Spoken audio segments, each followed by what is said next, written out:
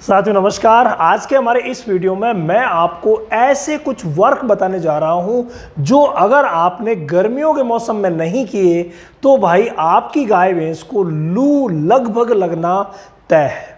वो कौन कौन से वर्क है आप मेरे पीछे पैनल पर देख रहे हैं कुछ फोटोग्राफ्स। उसमें से जो प्रथम फोटोग्राफ ली गई है इसको आप देखिए। ये क्या इंगित कर रही है? ये इंगित कर रही है कि पहला काम आप ये कीजिए कि जब भी मौसम परिवर्तन हो, देखो जो जनरल चीज़ है वो मैं सबसे पहले बता देता हूँ ताकि सही रहेगा। जब भी मौसम परिवर्तन हो पहला काम हमें डिवॉर्मिंग का करना होता है।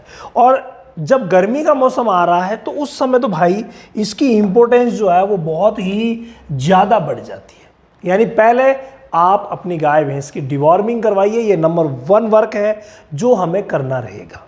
इसके अलावा जो गर्मी के मौसम में दूसरा काम प्रमुख करना रहता है वो रहता है आहार प्रबंधन का।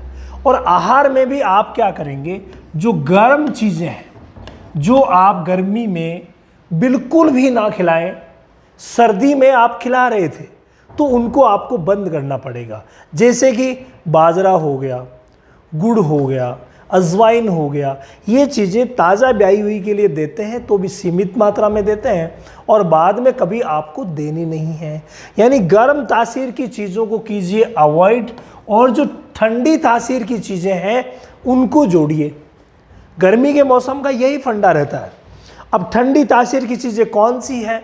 नंबर 1 अगर मैं बात करूं तो आप खाने में जो ऐड कीजिए, बारले जो बहुत ही शानदार रहते हैं, ठंडे रहते हैं और अनाज के रूप में आप जौ को प्राथमिकता दें। मिक्स में अगर दे रहे हैं तो भी जौ को ज़्यादा दें तो फ़ायदा होगा।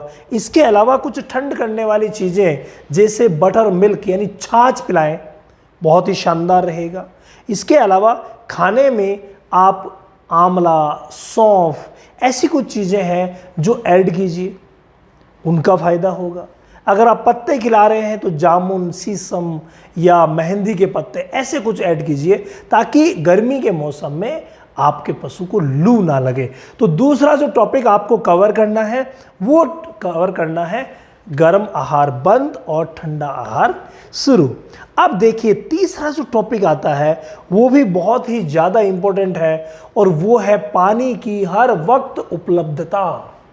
ये बहुत ही ज़्यादा ज़रूरी है। अगर आपने पानी उपलब्ध नहीं रखा हर वक्त, एक्चुअली क्या होता है कि हम एक समय निर्धारित करते हैं और उस समय अपनी गाय भैंस को पानी पिलाते हैं या पानी के पास ले जाते हैं। गर्मी के मौसम में एक्चुअली क्या होता है कि जब पशु को प्यास लगती है उसी समय उसे पानी मिलना चाहिए। यानी कि पानी की उपलब्धता आप उस जगह कीजिए जहाँ पर हर वक्त पशु को पानी मिल सके।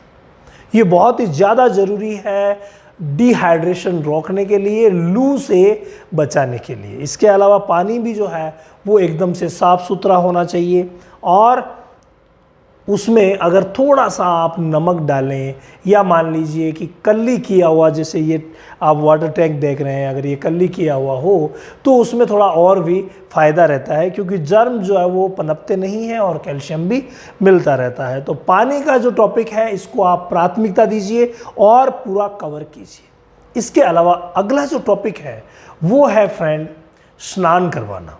स्नान करवाने के दोनों विकल्प हम इस्तेमाल कर सकते हैं।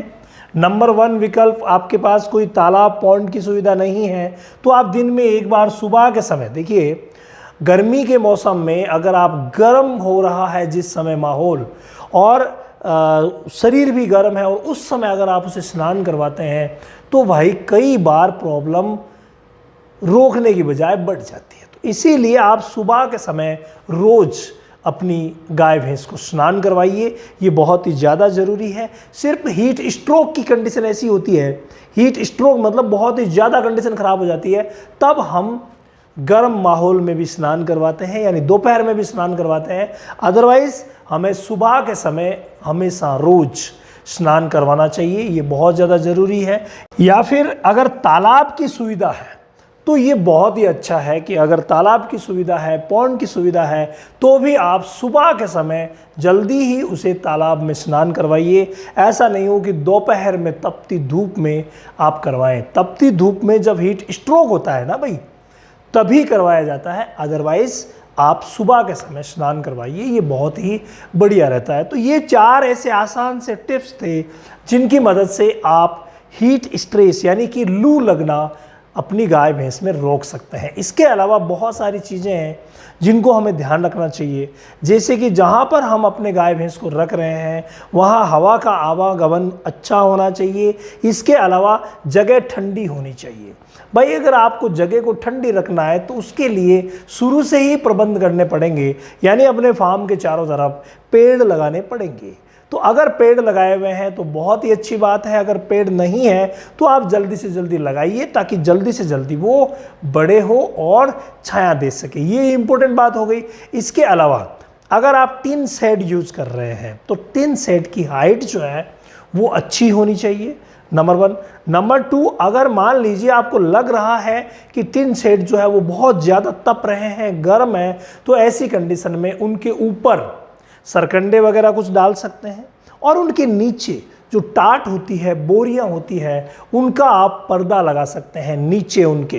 तो उसकी वजह से क्या होगा, उसकी वजह से जो टिन है उसके ऊपर भी एक लेयर बन जाएगी और नीचे भी एक लेयर टाट की बन जाएगी। तो ये जो 3 लेयर वाला फॉर्मूला है ना, ये बहुत ही शानदार है और इससे फिर ज़्यादा गर्मी पशुओं को नहीं लगेगी। तो ये कुछ टिप है जिनकी मदद से लू लगना आप रोक सकते हैं।